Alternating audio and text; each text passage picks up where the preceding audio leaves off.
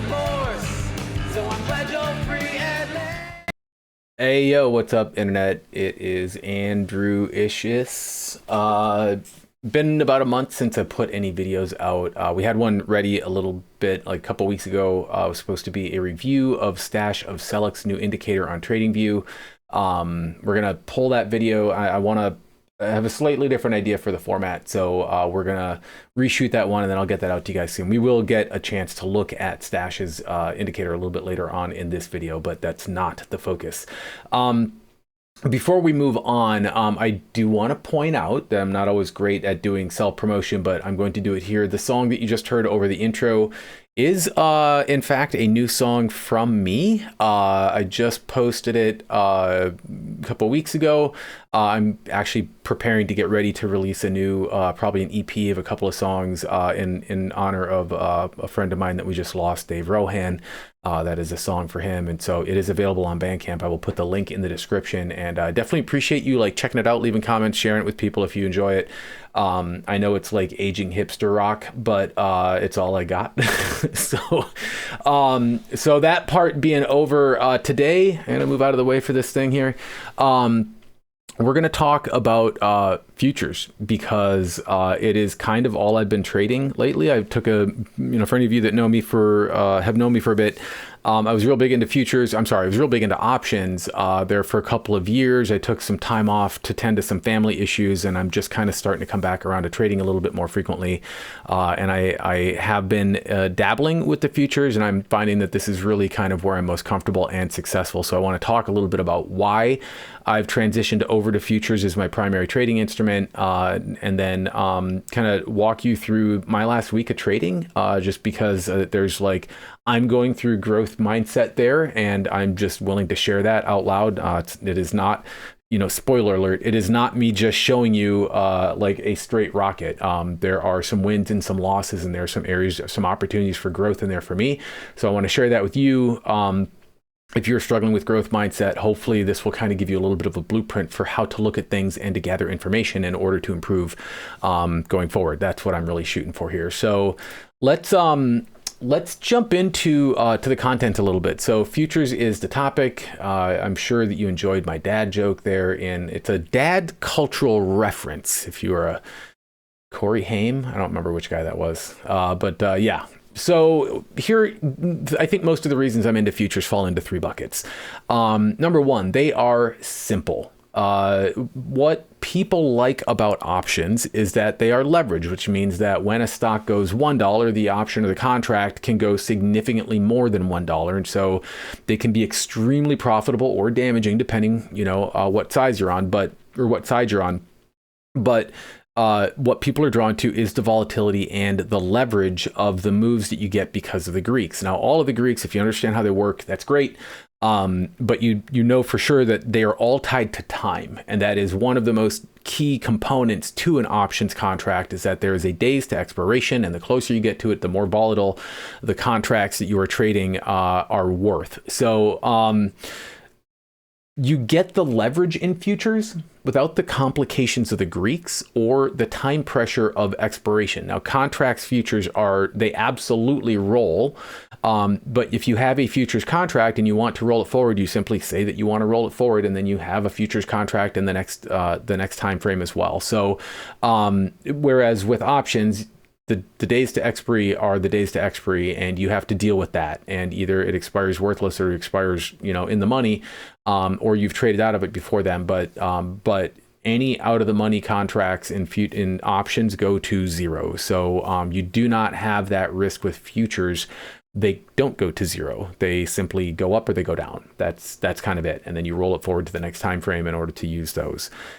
So you don't have to worry about the mechanics. That's basically what I'm getting at. The machinery of futures are extremely simple, whereas the mechanics of options can be pretty complicated and painful to learn if you are a new trader. One of the other things that's great about futures is that they're open 23 hours a day. So, futures tend to trade in, standard trading window, with the exception of a couple of indexes that allow you to trade for 15 minutes after close. But that's it. And then you are basically stuck with your position overnight if you're going to swim in those contracts.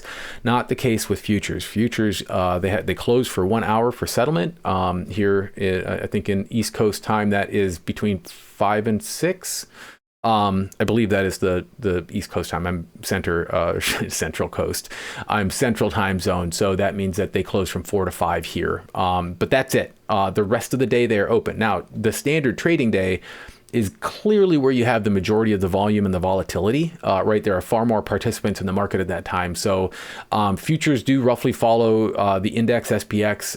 If you're playing ES, it's corollaries SPX, or SPY if you're playing ETF. They all tend to move together, right? There are slight differences, but for the most part, they all travel as a unit. And so if you're playing SPY to the upside, you can play ES to the upside. Same in the other direction as well. So, but you can do that 23 hours a day. So once the market closes, you can actually play after the bell. You can play overnight session. You can play through the openings of other markets around the world. And then you can play before and after the bell, obviously, which is actually where I'm finding most of my success. And then the final kind of big thing that I think is worth noting around futures is that there has been a big trend lately for people to trade with prop firms. And if you're not familiar with prop firms, essentially the main idea is that they provide the capital for you to trade with. And if you are successful and you are making money, they let you keep some portion of your earnings, which is pretty great, right? Like, you don't put any of your money at risk. Someone else's money is at risk. And if you perform well, you get money. Right? So really no downside, only upside if you are performing well. Now, that may sound like it's too good to be true. That's, it's not like you walk up to the door and they hand you a pile of money and then you can go trade with it. You have to pass some evaluations. You need to prove that you have some consistency, that, that you can be a profitable trader over a long course of time. That is really what they're looking for, is, hey, people who can make profitable trades consistently. They're willing to put their money out there in order to make that back. They are also looking for potential traders who may be interested in a career. So the people who are performing extremely well may actually get offers to become employees instead of just, contract traders like me, other retail traders. So prop trading can give you a real nice risk to reward approach to providing capital for your trading. I, for example, have taken a $50,000 account that allows me to trade 10 contracts at a time. And so that is pretty significant leverage. And it's a fair amount of money that you can use in order to put yourself into positions. And again, if everything goes wrong, the worst thing that can happen to me is that I blow up an account, which I've done plenty. You can blow up an account and you have to pay for a reset, right? But losing $2,500 or whatever of someone else's money is a lot different than losing $2,500 of your own money, right? And then that reset, you're paying, maybe a couple $100 to reset, and then you start again, right? And once you get your consistency and you make your money, then you don't worry about that as much, but you have to get consistent. Now, there are many people I've talked to that say, well, if you got the money, like, why would you trade with someone else's money when you can just trade with your own? You can keep 100% of it.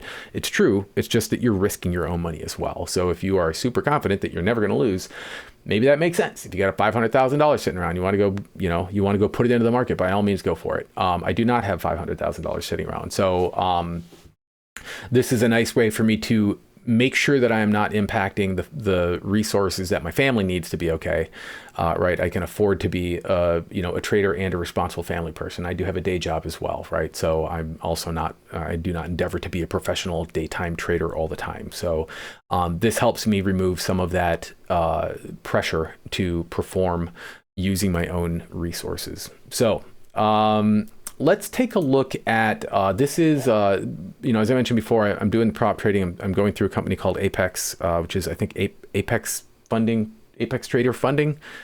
I don't know. If you search Apex Trader, it's out there somewhere. But so I'm going through Apex. They have a partnership that allows me to use Tradevate as my platform. I was going earlier on, as I was kind of playing around with them. I was using their Ninja Trader platform, which is okay, but it does not have a mobile option. And while I do most of my trading at the desktop. I do like having a mobile option. If I'm away from the house, I can still manage trades. I can still look for opportunities, right? If I get, if I get a moment where I can pay attention.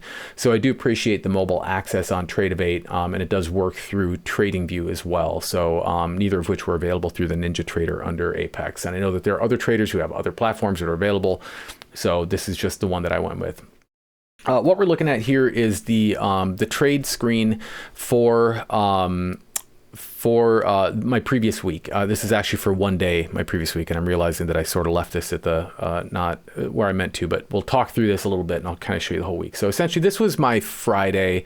The reason I wanted to go through this a little bit is a couple of reasons, right? We talked earlier about growth mindset, right? Some of this is me coming in here looking for opportunities to improve, right? What are the patterns? I'm not real great at journaling. I know that's a really important thing for a lot of traders. I am not great at keeping a journal. So being able to come back in and look at how things went and think a little bit about my thought process throughout the day is very helpful. So I always check this screen at the end of the day to see how my day went. This was my Friday. You can see that I had a pretty good success rate, 80% plus.